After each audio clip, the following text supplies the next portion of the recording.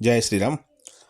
400 సంవత్సరాల క్రితం కాకతీయ రాజ్యంలో నిర్మించి విశేష మహిమలు కలిగిన దేవాలయం ఆంధ్రప్రదేశ్లోని ఎన్టీఆర్ జిల్లా తిరువూరులో 9/3/2025 పునఃప్రతిష్టకు సిద్ధమైంది. పాటి మీద శ్రీ దాసాంజనేయ స్వామి ఆలయంగా ప్రసిద్ధి చెందిన ఈ ఆలయంలో స్వామి మహిమలు ఎందరికో రోగబాధలు, రుణబాధల నుంచి ముక్తి కలిగించాయి. రోజుకు 11 ప్రదక్షిణలు చొప్పున 11 వారాలు చేసిన వారికి సంతానం, విద్య, వివాహ యోగాలు సిద్ధిస్తాయని పెద్దలు చెబుతున్నారు. కాకతీయుల ఏలుబడిలో రాణి రుద్రమదేవి ఈ ప్రాంతానికి పర్యటనకు వచ్చినప్పుడు దాసాంజనేయ స్వామి దర్శించుకుని సామ్రాజ్య విస్తరణలో విజయకేతనం ఎగరవేశారని చరిత్రకారులు చెబుతున్నారు.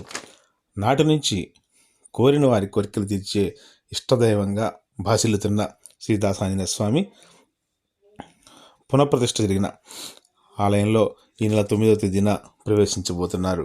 జీర్ణోద్ధరణకు చేరిన ఈ ఆలయాన్ని పునఃప్రతిష్ఠించడానికి ఆలయ వంశపారంపర్య ధర్మకర్త వెల్లంకి సురేంద్రబాబు ఆధ్వర్యంలో ఆలయ నిర్మాణ కమిటీ 2024 ఫిబ్రవరిలో శ్రీకారం చుట్టింది. ఏడాది కాలంలో అత్యంత సుందరంగా, రమణీయంగా నిర్మించిన ఆలయాన్ని 9/3/2025 తేదీన అంటే ఆదివారం ఉదయం 8 గంటలకు విగ్రహాల ప్రతిష్ఠ జరగనుంది. ఆలయ పునఃప్రతిష్ఠ కార్యక్రమం 6/3/2025 గురువారం ఉదయం 9 గంటలకు ప్రారంభమవుతుంది. తొలి రోజు శోభాయాత్ర, అనంతరం సామూహిక విష్ణు సహస్రనామ పారాయణం, విశ్వక్సేన పూజ, పుణ్యాహవచనం, అంకురార్పణ జరుగుతాయి. 7/3/2025 తేదీన శుక్రవారం యాగశాల శుద్ధి, యాగశాల ప్రవేశం, అగ్ని ప్రతిష్ఠ, యాగశాలలో మూలమంత్ర, మూర్తిమంత్ర హోమాలు, క్షీరాదివాసం, అధివాస హోమం, నిత్య పూర్ణాహుతి, సాయంత్రం సామూహిక విష్ణు సహస్రనామ పారాయణం జరుగుతాయి. యాగశాలలో ద్వారతోరణం, ధ్వజ కుంభ ఆరాధనం, జలాధివాసం ఈ కార్యక్రమాలంటే 8వ శనివారం ఉదయం విశేష హోమాలు, పంచామృత అభిషేకం, ఫల పుష్ప శయ్య ధాన్యాదివాసాలు జరుగుతాయి.